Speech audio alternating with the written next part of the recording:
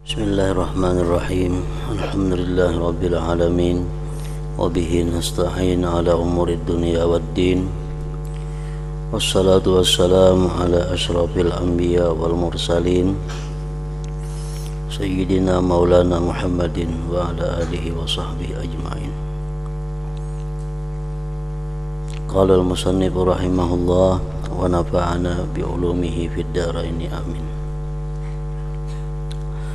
Kedelapan daripada afatul lisan atau bahayanya lisan, bahayanya mulut. Yang kedelapan adalah bergurau, menguluk-uluk dan mengijik orang lain.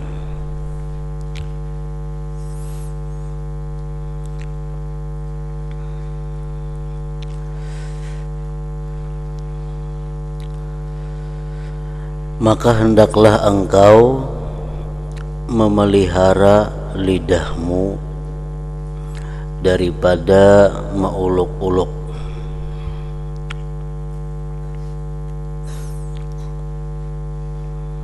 dan mengijik orang lain. Sama ada dalam bentuk percakapan yang bersungguh-sungguh, yang serius, ataupun dalam bentuk bergurau-gurau saja, baik bagaya atau kada bagaya.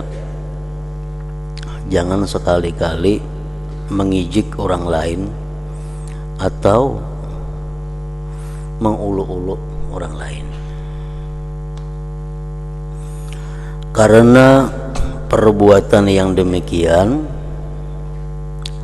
menghilangkan air muka, ma'ul wajah. Orang yang suka menguluk-uluk itu, suka mengijik orang lain, itu mukanya akan kehilangan air dan menghilangkan rasa haibah, garun atau takut, kehilangan pengaruh, kehilangan air muka.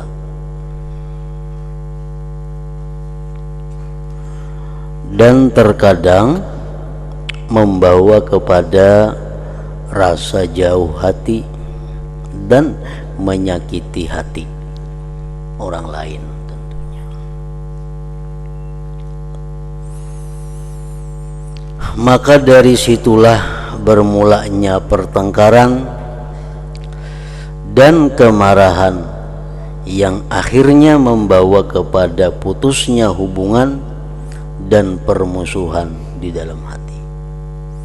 Artinya seringkali akibat bersenda gurau, akibat bagaya, menguluk-uluk orang, terjadilah pertengkaran, kemarahan, bermusuhan, akhirnya saling jauh menjauh atau belakang membelakangi.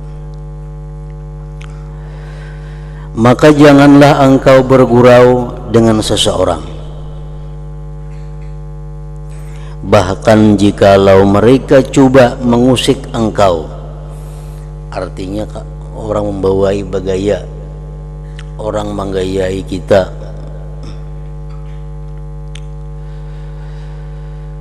bahkan jikalau mereka coba mengusik engkau, maka jangan engkau peduli. Artinya jangan dilawani dan berpalinglah daripada mereka sehingga mereka bercakap perkataan yang lain. Dan hendaklah engkau menjadikan dirimu daripada golongan orang yang disebutkan Allah Ta'ala di dalam firman-Nya, wa idza marru bil lagwi marru kirama. Maksudnya ayat itu, dan apabila mereka melalui dengan perkara yang sia-sia, mereka akan lalu dengan menjaga kehormatan dirinya. Artinya kalau ada orang membawai, orang menggayai, maka dia akan bisa menjaga kehormatan dirinya.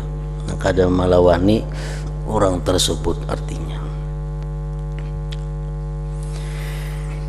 Inilah 8 perkara yang merupakan penyakit lidah yang besar-besar. Maka tidaklah ada yang dapat menolong engkau dalam menjaga lidahmu kecuali hanya uzlah, mengasingkan diri. Selama masih bakawan, selama masih bergaul, selama masih berkumpul orang banyak, maka sulit menjaga lidah daripada 8 macam penyakit-penyakit lidah itu. Maka tidaklah ada yang dapat menolong engkau dalam menjaga lidahmu kecuali hanya uzlah, mengasingkan diri dan melazimkan diam, kecuali bergaul dan bercakap sekedar keperluan saja. Dan adalah Abu Bakar As-Siddiq radhiyallahu anhu selalu meletakkan batu di dalam mulutnya supaya dapat ia menahan mulutnya daripada bercakap yang tidak perlu.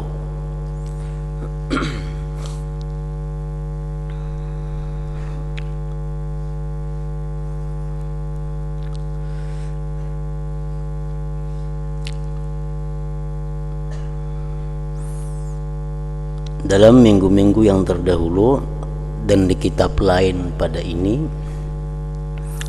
Imam Al-Ghazali mencontohkan percakapan-percakapan yang kada perlu, yang bahkan bisa membawa kepada dosa. Contohnya antara lain kita betakun lawan orang datang di mana. Itu percakapan yang ada perlu. Misal kita bertemuan 2 orang, datang di mana teh?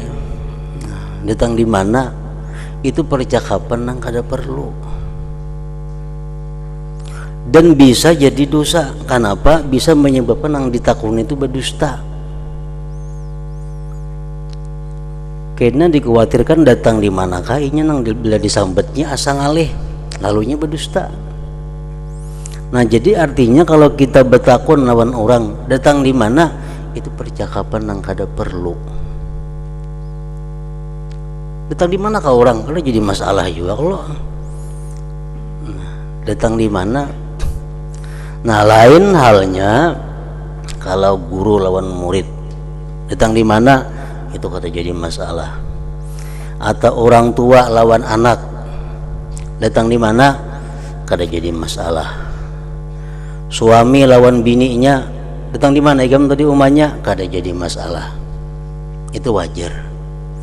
Tapi kalau umpamanya sama pada kakawanan, datang di mana tadi, itu percakapan yang kada perlu. Kalau si kawan ini jadi berdusta gara-gara menjawab kita tak umpat dosanya. Karena kita nama ulah asa gara-garanya. Atau umpamanya murid menakuni gurunya, datang di mana pian? Maginya kada perlu ditakuni, datang di mana ka guru, kada jadi masalah.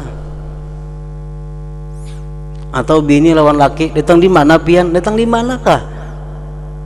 Itu perkataan yang kada perlu dan bisa membahayakan kita. Datang di mana? Antara lain lagi nang kada perlu, hendak ke mana? Bisa kita bertemuan kawan tengah jalan, hendak ke mana? Nah, itu percakapan yang kada perlu dan bisa membawa kepada dosa kalau inya ini menjawab dengan dusta. Hendak ke mana teh? Hendak ke mana ke orang tekannya?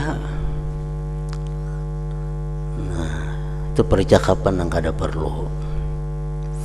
Nah, jadi menghindari percakapan-percakapan yang kada perlu tadi adalah sesuatu kemastian, sesuatu yang mesti dilakukan kalau kita ingin selamat daripada dosa. Karena dari hal-hal yang kada perlu itulah biasanya timbul perbuatan maksiat. Jadi kada perlu bertakun, datang di manakah kawan, hendak ke manakah inya.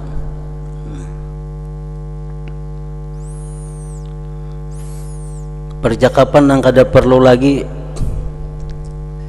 percakapan yang kada perlu dan bisa membahayakan orang. Sudahkah makan? Sudahkah makan? Itu kada perlu ditakuni. Ada surung makanannya mengkada kada usah, jangan ditakuni sudahkah makan. Itu percakapan yang kada perlu, nang sia-sia.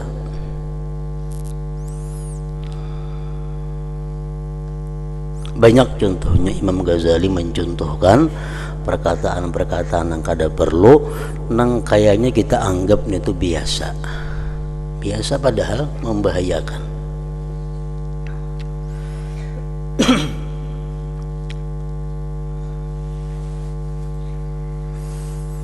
Dicontohkan lagi dalam kitab itu, kita menakun-nakun lawan orang ke pasar misalnya, kita bertakun nukar napa teh, nah itu orang ada perlu ditakuni.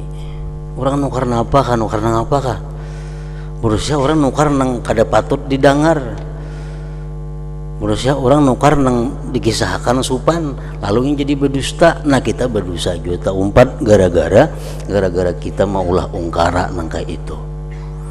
Bila orang ke pasar tuh ada tuh yang ditukarnya napa kah? Kada usah bertakun nukar napa ke pasar teh, nah kada usah ditakunin itu percakapan yang kada perlu.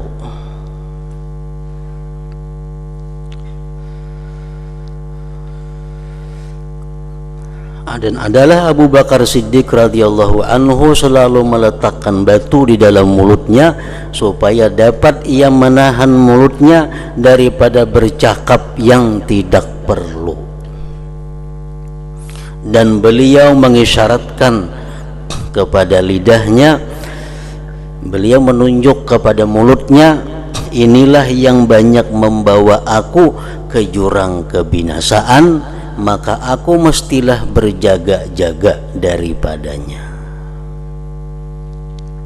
Perkataan ulama mengatakan, lisanuka asaduka, lisanuka asaduka, in atlak tahu parasaka, wa in amsak tahu harasaka.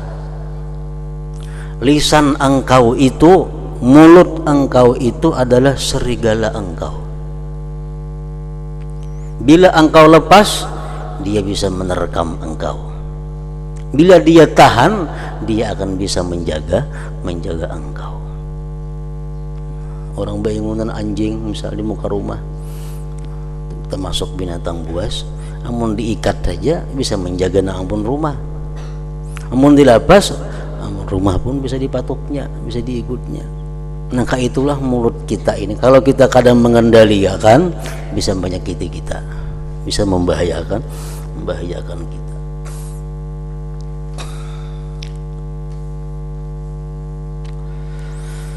Maka jagalah lidahmu baik-baik, karena ia adalah alat yang paling berkesan dalam membinasakan engkau, baik di dunia ataupun di akhirat.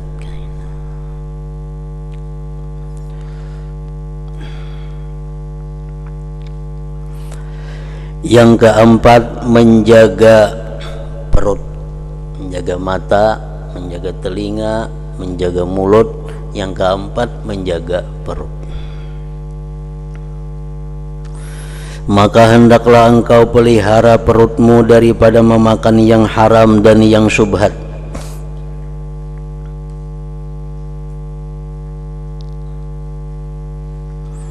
Maka hendaklah engkau pelihara perutmu daripada memakan yang haram dan syubhat, dan yang syubhat. Baik yang syubhat itu barangnya, atau yang haram itu barangnya. Makan babi misalnya, minum arak itu barangnya. Atau yang haram itu adalah cara mendapatkannya, baras, mencuntan.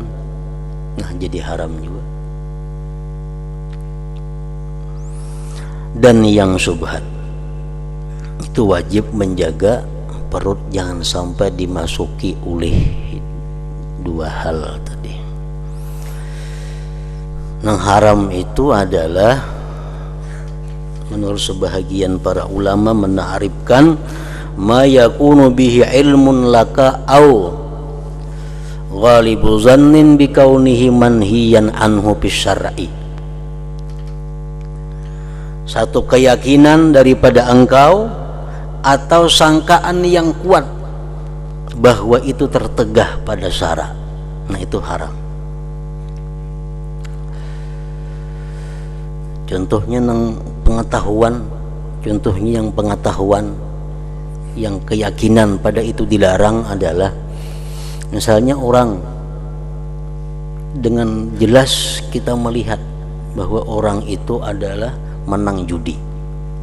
Kita melihatnya berjudi tadi, menangnya duitnya tuh orakannya nasi bungkus, cuman nak makan jadinya jelas kita melihat ini menang judi.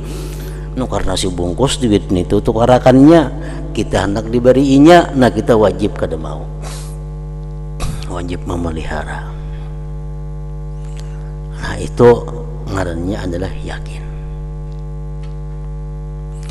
Nang subhat macam apa contohnya? Nang ghalibu zannin, sangkaan kuat.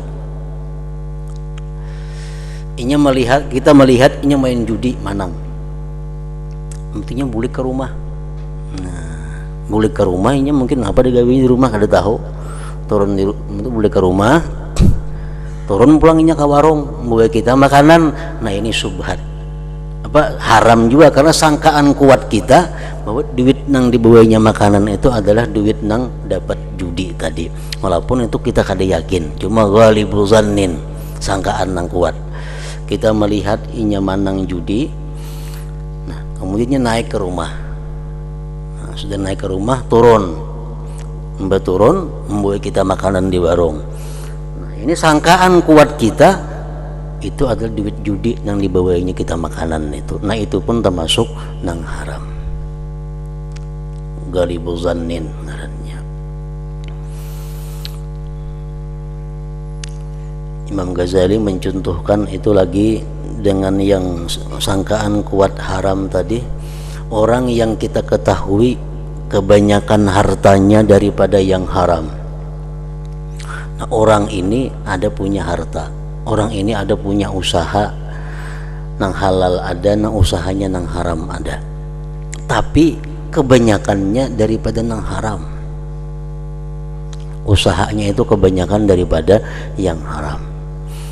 Nah ini pun kita kada boleh juga bekerja sama dengan orang itu, baik urusan tukar menukar, minjam meminjam, siwa basiwa, makan pemberiannya tidak boleh, karena sangkaan kuat kita bahwa hartanya itu yang haram.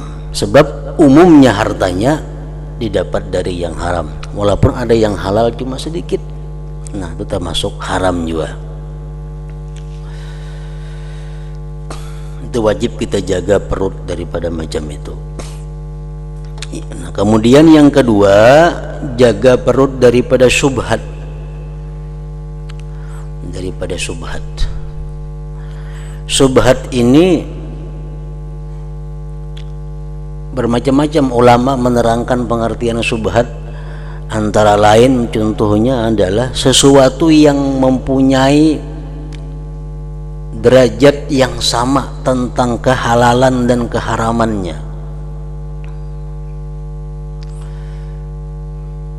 Derajat yang sama. Jadi kemungkinan besar hartanya itu dari yang haram 50% dan kemungkinan daripada yang halal 50%. Sama.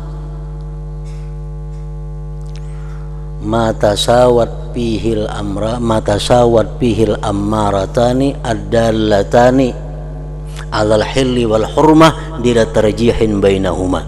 Subhan.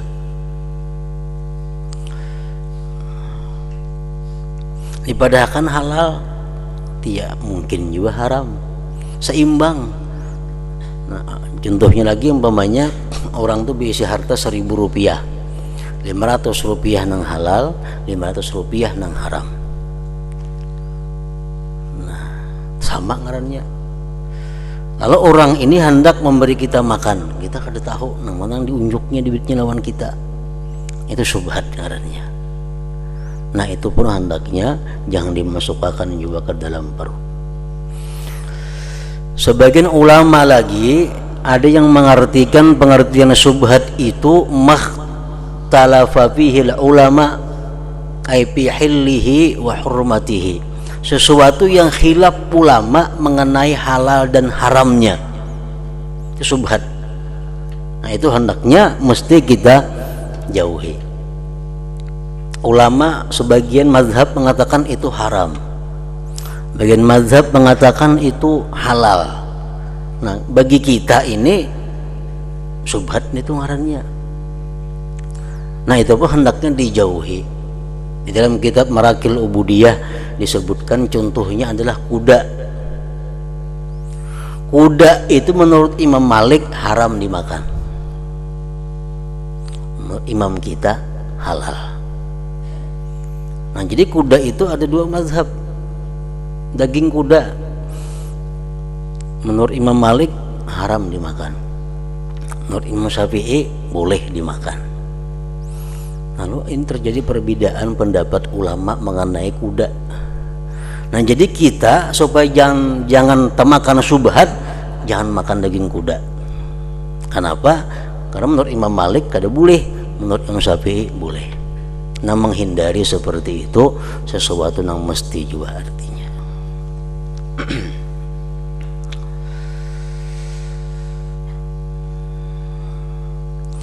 Dan berusahalah untuk mencari makanan yang halal, dan apabila engkau telah mendapatkannya maka hendaklah engkau merasa cukup dengan memakannya, dan hendaklah engkau berhenti sebelum kenyang. Karena perut yang kenyang itu mengeraskan hati.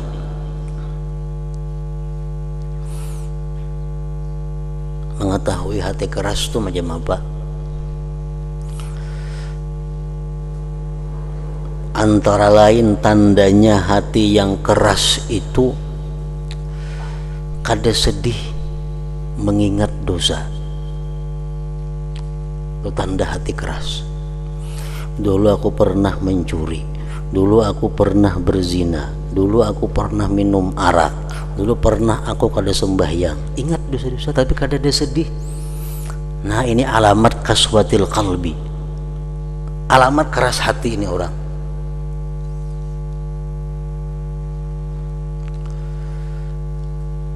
Jauh menangis, sedih aja kada. Apalagi bangga, keras banget nih tuh hatinya. Bah aku dulu kan menjuntan suah, ini suah suka berkisah. Kenapa dikisahkan suka mengisahkan maksiat? Suka dengan maksiat itu dosa kecil jadi besar. Dosa tuh halus jadi besar apabila satu gembira dengan menyebutkannya. Salah satunya, yang kedua mengakalinya. Jadi dosa halus cuma hari-hari menggawi jadi ganal juga. Nah, jadi tanda keras hati itu adalah kada sedih mengingat dosa. Akibat keras hati itu akibat daripada orangnya selalu kenyang. Tandanya orang keras hati lagi,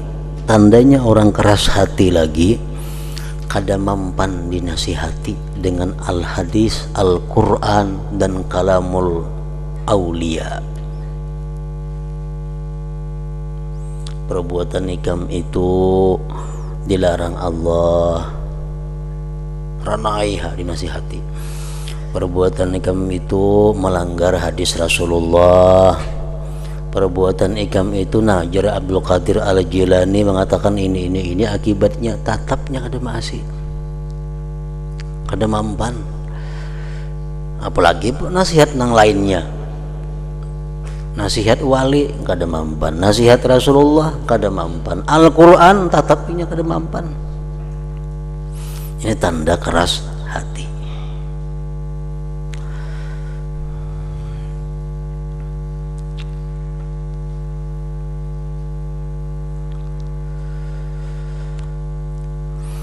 Karena perut yang kenyang itu mengeraskan hati dan menumpulkan akal. menumpulkan akal, dan memberatkan anggota daripada berbuat ibadah dan mencari ilmu. Bahkan perut yang kenyang itu akan menguatkan syahwat dan membantu tentara syaitan.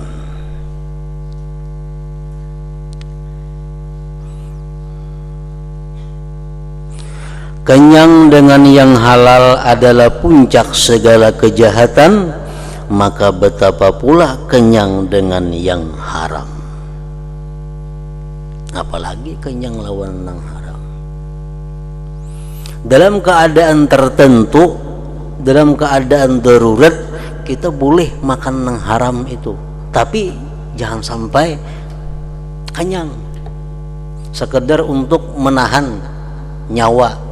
Boleh, misalnya kita berada di tempat nang kadada halal, kita berada di tempat nang kadada makanan halal. Kalau kita menjamini mati kita berada makanan yang halal, ada makanan yang haram, itu boleh kita makan yang haram. Cuma batasnya apa? Sekedar kita jangan mati.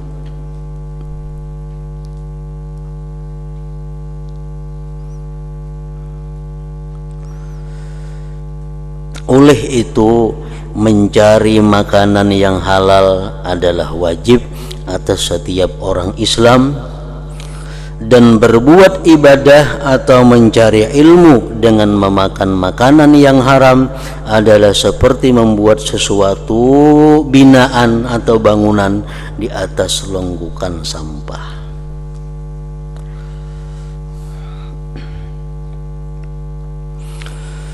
Apabila engkau merasa cukup dalam setahun dengan hanya memakai sehelai baju yang kasar, dan merasa cukup dalam sehari semalam dengan 2 potong roti daripada tepung yang kasar, dan engkau mampu meninggalkan kelezatan gulai, maka pasti makanan yang halal cukup bagimu. Artinya, sesuatu yang halal itu kada sulit didapat, kada sulit dicari kalau kita mau hidup dengan sederhana. Apalagi kita mau hidup dengan serba sedikit, kada sulit mencari yang halal. Mencari yang halal itu kada sulit apabila kita mau hidup sederhana atau mau hidup serba sedikit, makin nyaman lagi. Nah, mencari yang halal itu sulit apabila kita hidup hendak serba nyaman, serba mewah. Itu sulit mencari yang halal.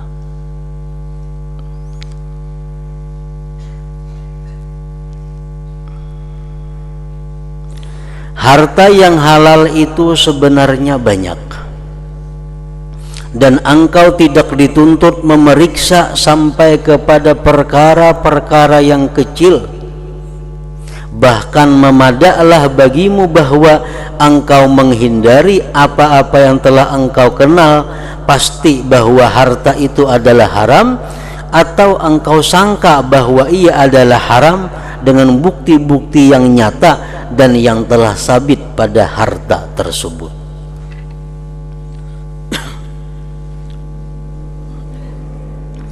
Nah, jadi harta yang halal itu banyak yang halal, dan kita kada dituntut untuk meneliti sehalus-halusnya, kada dituntut. Cukup kita dengan melihat alamat-alamat, tanda-tanda yang ada pada orang yang mempunyai harta itu, atau tanda-tanda alamat yang ada di barang itu. Cukup. Misalnya ada orang ini banyak pada diri orang itu tanda-tanda ini orang jahat, orang beriman. Umpamanya orangnya awak betato, gambar halang di pipi umpamanya ada sini, babunil pulang orangnya, awak pina kekar, ini tanda-tanda. Rambut gondrong bakuncir pulang di belakangnya.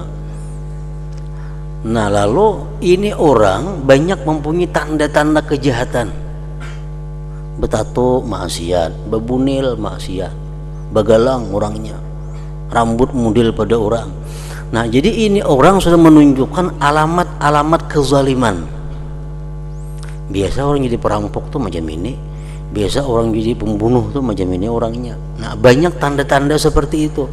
Nah bila kita berhadapan dengan orang seperti itu, jangan hendak berurusan lawan inya dalam urusan muamalah, berjual beli jangan, makan makanannya jangan, karena orang ini banyak tanda-tanda menunjukkan kepada ketidakdirisan dalam harta yang dimilikinya.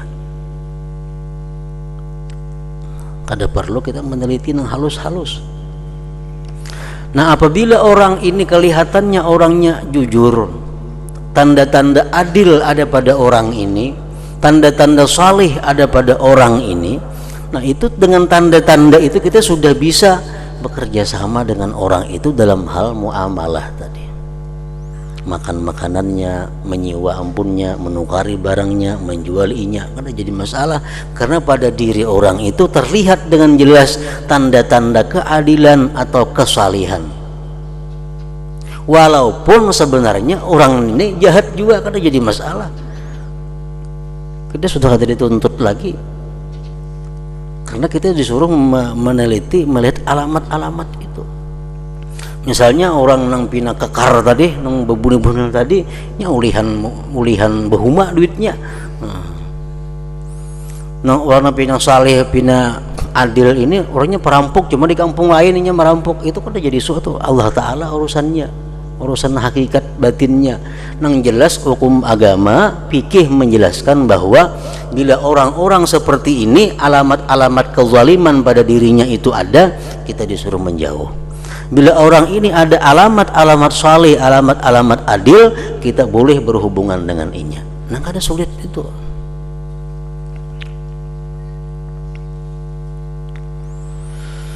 Adapun harta yang sudah nyata haram, maka hal ini sudah tidak perlu diterangkan lagi. Dan harta yang disangkakan haramnya dengan beberapa tanda, maka ialah seumpama harta raja-raja yang zalim dan pegawai-pegawainya. Nah, ini orang ini dikenal,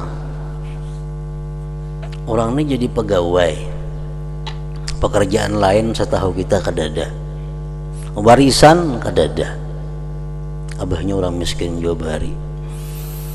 Nah, kita tahu jelas ini pegawai, gaji paling-paling sebulan 2 juta, anak 4. Nah, tapi orang ini luar biasa kayanya, bisa motor ada, duit pina banyak. Kita setahu kita orang ini gaji cuma 2 juta, belanja itu belanja ini. Nah, tanda-tanda kezaliman ada pada diri orang itu. Orang ini barangkali korupsi, karena gaji nang itu paling-paling berapa ada sebulan inya. Nah tanda-tanda itu menunjukkan bahwa kita kada boleh bekerja sama dengan orang itu.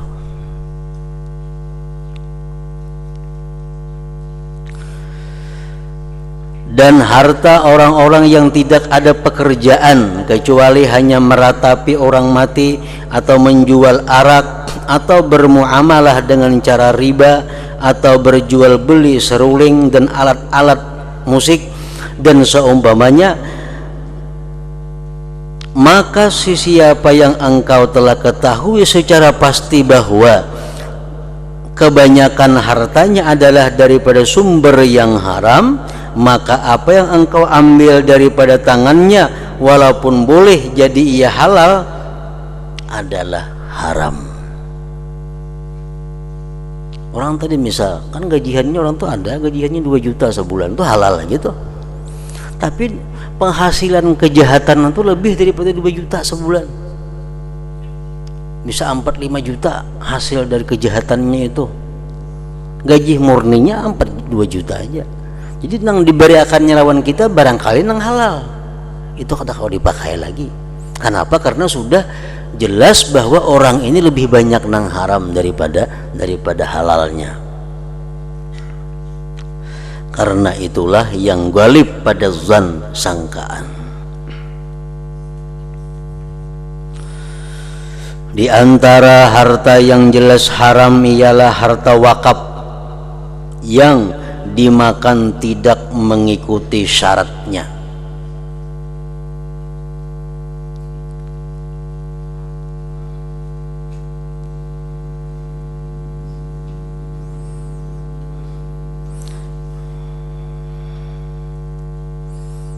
Seperti orang yang tidak bersungguh-sungguh mengaji, maka haram ia mengambil harta atau makanan yang diwakafkan khusus kepada penuntut yang ada di dalam sebuah madrasah. Misalnya di sini ada pohon, jampunya kuwakafakan untuk santri, diwakafkan untuk santri.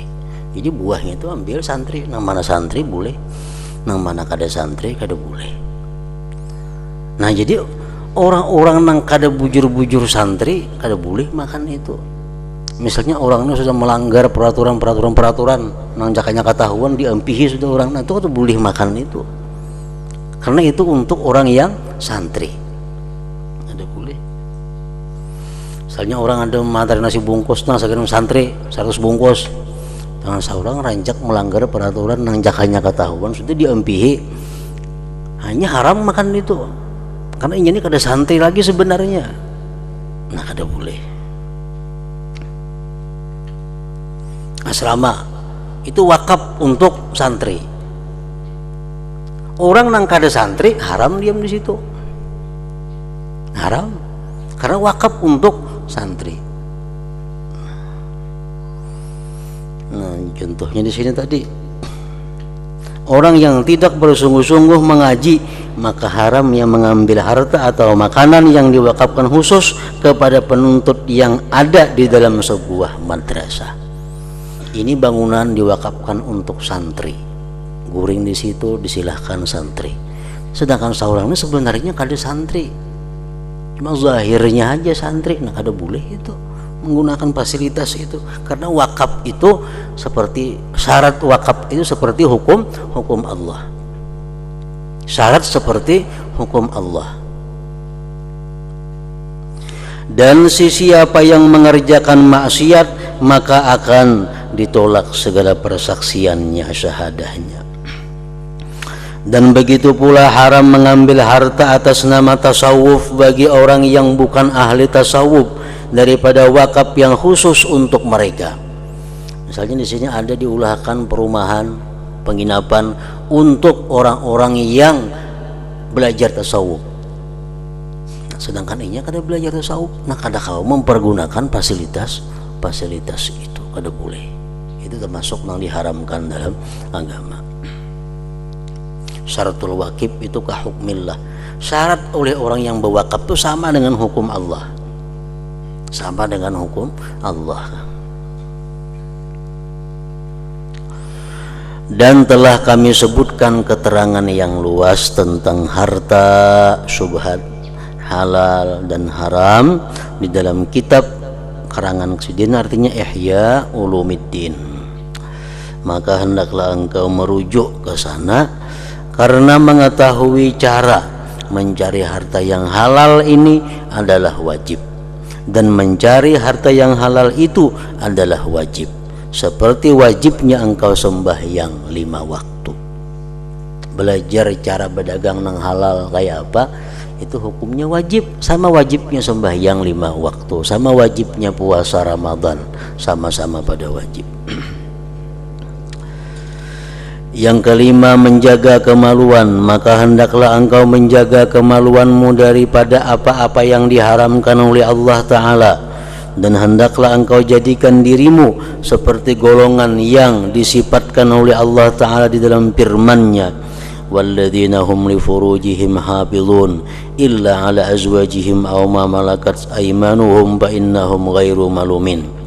Maksudnya, dan mereka yang selalu menjaga kemaluan mereka kecuali terhadap istri-istri mereka atau apa-apa yang mereka miliki daripada hamba jariyah, maka mereka tidak tercela. Orang yang kau menjaga makanan haram masuk ke parutnya, orang yang kau menjaga makanan subhat masuk ke parutnya, dia akan secara otomatis bisa menjaga kemaluannya daripada melakukan yang diharamkan oleh Allah. Nah, orang yang kada mampu menjaga perutnya daripada masuk haram subhat, dia akan sulit menjaga kemaluannya daripada yang diharamkan Allah. Dan engkau tidak dapat menjaga kemaluanmu kecuali apabila engkau menjaga matamu daripada melihat yang haram, dan juga menjaga hatimu supaya ia jangan berpikir yang bukan-bukan, dan menjaga perut daripada makanan yang syubhat atau berlebihan dalam memakan yang halal. Karena semuanya itu adalah penggerak bagi syahwat dan merupakan puncak bermulanya syahwatnya itu. Nah, yang keenam, menjaga dua tangan.